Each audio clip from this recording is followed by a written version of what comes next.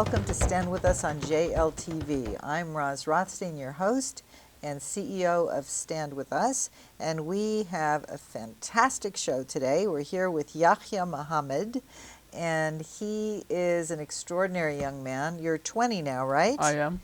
He is an Arab Israeli and actually very Zionist, very pro-Israel.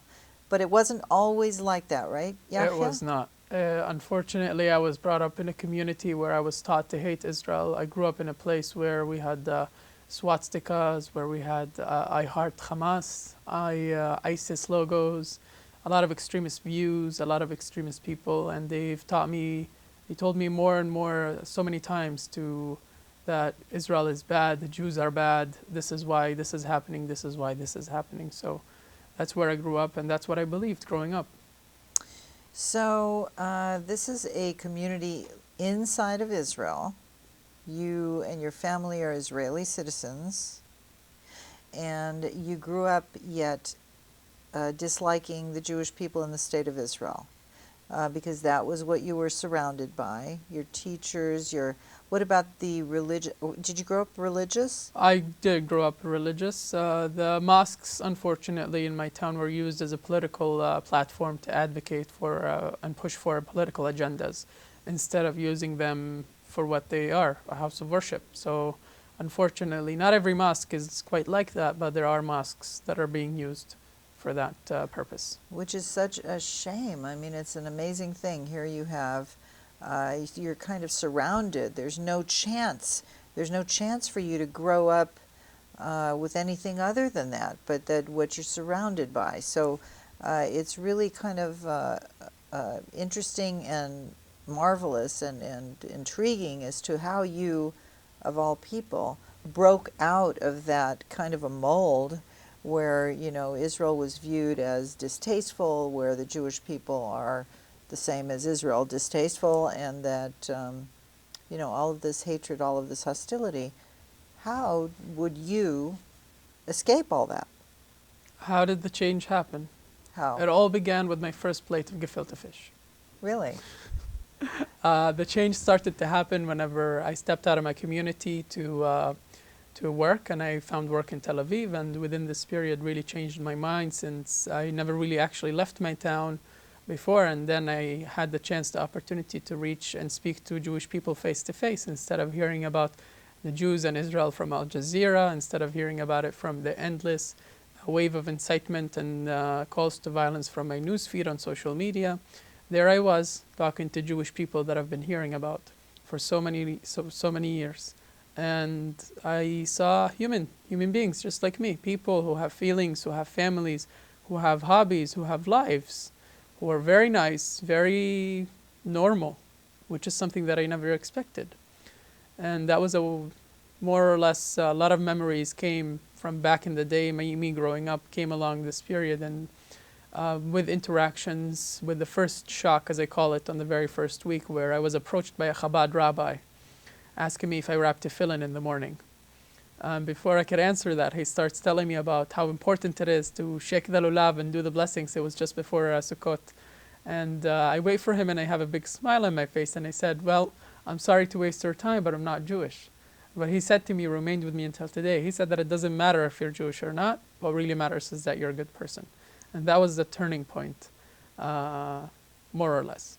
So you can be a good person, not be a Jew. That is something that we all grow up with. That is what I grew up with. That good people are good people. Jewish, not Jewish, doesn't really matter. But that statement really made you feel a certain way. Why, do you think? The statement was a wake-up call, as I like to call it. It was that little nudge over the edge that I was just leaning on, over what I've just witnessed in Tel Aviv, over the memories that I have had growing up, where in 2003, on May 20th, there was a terrorist attack in the city of Afula, where my mother was present on the location, and she, in her own words, was very close to the suicide bomber, the Palestinian suicide bomber, who detonated herself in the entrance of a mall. In my mother's words, she said that she felt lifted off the ground because of the air from the explosion. Wow. So for me, growing up watching Al Jazeera, the endless wave of incitement from Al Jazeera, I used to hear about suicide bombers and everything, but they never tell you about the Arab victims. They never tell you that those things cause error. They never tell you that they're not 100% accurate. They never share with you the full story. From that moment on, I was around 6, but I remember it very clearly that I started thinking to myself that, oh my God, it could have been my mother. I understood that hatred is blind, and this is not a way forward. And that stuck in my head growing up. So your mother really almost was murdered by a suicide bomber. And you said the suicide bomber was a woman? She was a woman, a Palestinian woman. Wow. She had a suicide vest around her body and went to the mall. This was after, just at the end of the second Intifada. There was explosions. It was a very, very rough time. For me, growing up in Al-Fahim, I didn't expect those things to affect me because we feel in that we're protected somehow. We're not targeted, but I was proven wrong. Unfortunately, some people were not as lucky as my mother. 3 people have died and 70 were wounded in that attack. Oh, wow. Okay, that was my next question. Did you happen to hear? So 3 people were murdered and 70 were wounded. 70 wounded. In that, and no wonder we've got checkpoints and fences and all kinds of things. I mean, this is the reason why. I'm often confronted with that question, don't you condemn, don't you do this, aren't you against this? I say, I'll share with you a moment. I was recently in London for my work for Stand With Us, and I've been always waiting to see the Big Ben. And as soon as I got there, I was disappointed. To Big Ben. The Big Ben, the clock. And I was disappointed because A, the Big Ben was under construction. Oh. And B, there were road barricades on the bridge where there was a terrorist who rammed his vehicle next ran like pedestrians. I'm looking at this and I leave the Big Ben and I'm looking at the barriers and I say, well, what an ugly thing. I hope it doesn't happen again because all of London is going to be filled with them. And then it hit me that those things are all over Israel. So I understand how much important they are, and nobody wants the reality that we want right now, but that is what we have right now. And nobody wants all these checkpoints and fences and security at malls, like where your mother was, where they look in your bag at malls in Israel to see if there's somebody who means something bad. Yeah, and bags on the floor that in Israel that, we don't have a lot of these securities here in America. We probably will have to have those We hope that we won't get to that. You hope you won't get to that point, but after, there was almost an explosion on a train in New York. I mean, we're heading in those directions. We're going to take a brief break and come back with this young man who is quite heroic, and you'll find out more about why when we get right back here on JLTV. This is Roz Rothstein. We're on Stand With Us. Don't go away.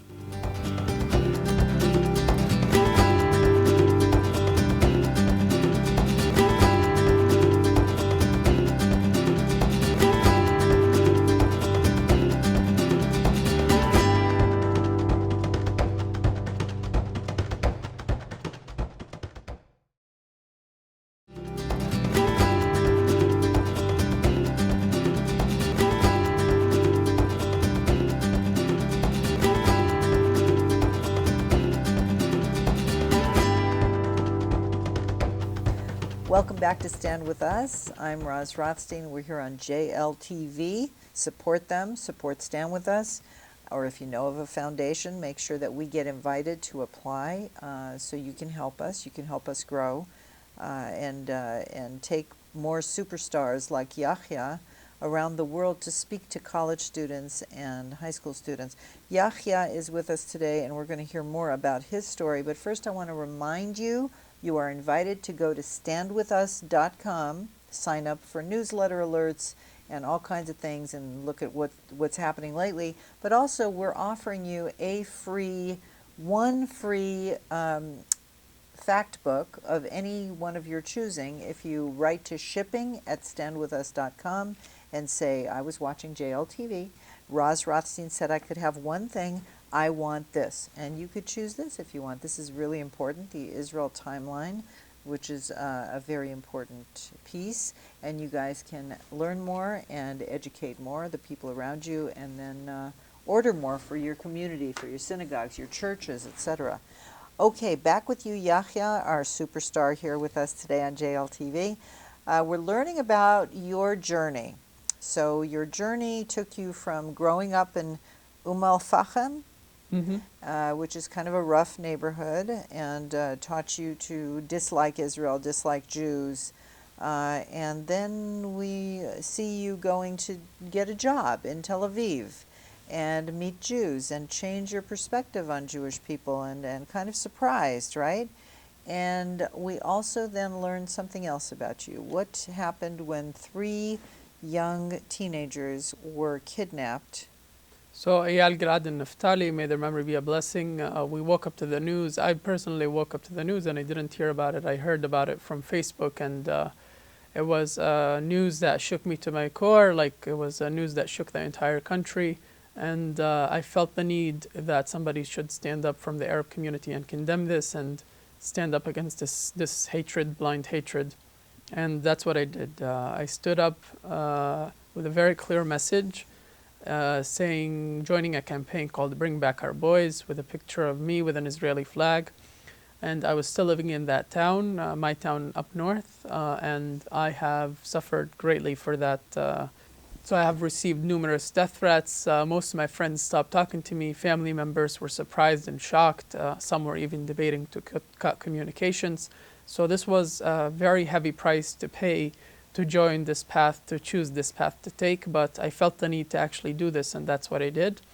And What did your family, when you did this and you knew that this was going to cause trouble for you, and you still lived in a rough neighborhood, you know, there had to be that decision-making point when you, before you did that, took that step. What was going on in your mind? What was going on in my mind was a lot of determination and a lot of anger and confusion at that moment, because I felt that the leadership in Israel, the Israeli Arab leadership, were dividing Israel between Arabs and Jews, and I didn't want that. I don't see a future where we are both in the Jewish state and the state of Israel. And we have Arabs, Christians, Jews from all over, all religions, sects, diverse. Israel is so diverse, and I don't see Israel standing so strongly. I don't see Israel standing so powerfully in the Middle East if we are so divided by our leaders. So I stood against that, and I stood against the abduction of the kidnapping of the 3 boys, which was crossing so many red lines. I was looking at them, they were 16 and 19, and I was 17 at the moment, so we were pretty much the same age. And I felt the need to actually stand up and condemn this. My family the feeling of my family were important, but I felt that this is more important to do. So you stood for unity. Absolutely. And you took the consequences. There were consequences, and there were unfortunately. heavy consequences. Tell us a little bit more about the death threats. And I received a phone call from a blocked number. And once I answered, I get this gentleman on the other line says that people are speaking about me in the town, and they're being very serious. He tells me to check my phone and hangs up. I look at my phone and I see that the photo that I took, like 2 hours prior to this phone call, is being circled all over the Arab media, the Jewish media. It was going on national news. It was going viral, and I saw that the picture is being circled in media in my town. And I click on the post on Facebook to see what people are commenting on it, how people are reacting to it. And I'm scrolling through hundreds and hundreds of hateful comments. And then I stop for a moment and I ask myself, like, what did a 17-year-old boy do to deserve all of this hatred? But then I saw the comment that made me pause. It was a comment that was written by somebody from that town who said, I want to hook him to my pickup truck and drag him until he dies. There was a lot of more hateful comments, a lot of death threats in that comment section. And I felt the need to go to the police and file a report. That's what I did. so we're going to leave the audience in suspense, and we'll come back and hear the rest of your story and how you survived all of those death threats and what you did. We'll be right back with YahkyMamanid, one of my personal heroes.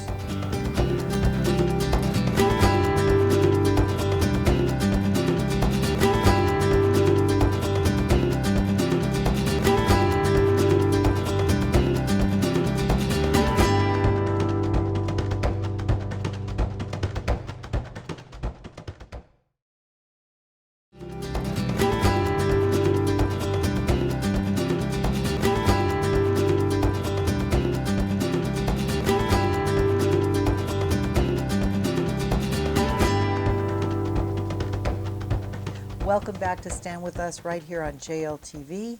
We're here with YahkyMamanid, and he is telling us about his journey from really hating Israel, growing up in a very rough neighborhood, an Arab-Israeli city, Fahim, and then making a decision to stand up for what he believed in would lead to unity, and being an Arab-Israeli who stood up for the 3 boys that were kidnapped and then murdered.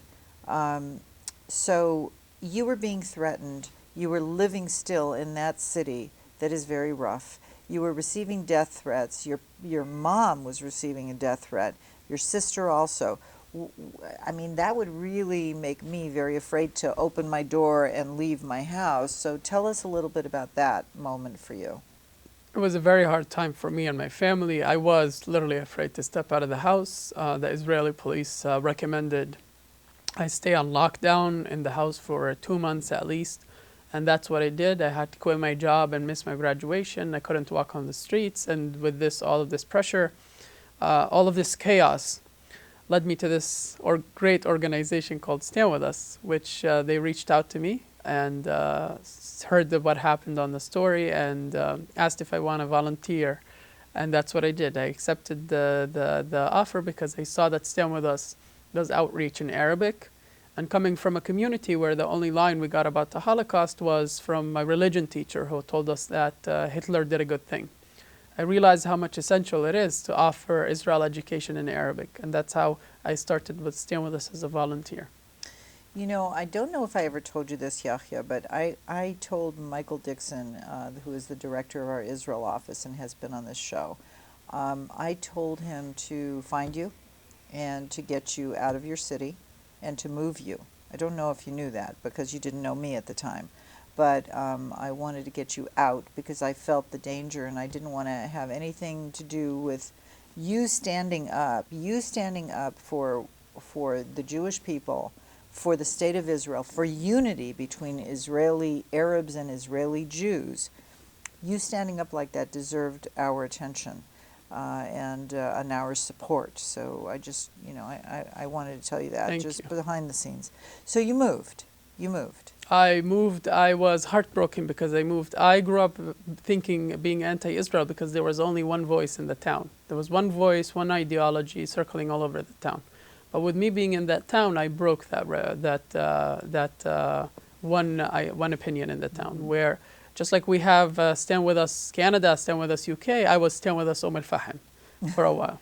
So a lot of people approached me. A lot of people had questions, and I was prepared with the information, with the booklets on our website, with the information in Arabic, ready to answer all the questions that they have. And I can tell you, I can guarantee you that there were people that had a second guess about their opinions on Israel. So there are more people that potentially are like you that could possibly change their opinion with a little bit of education and information. That's what you're saying? Absolutely. For me, like whenever I say that Stand With Us, whenever I say the motto of Stand With Us, education is the road to peace, those very same words that made me who I am today. If there was no education, if there was nobody reaching out, if there was no Stand With Us to search social media to see what's going on, I wouldn't be here today. I wouldn't know what was going on at the UN. I wouldn't know anything about this world.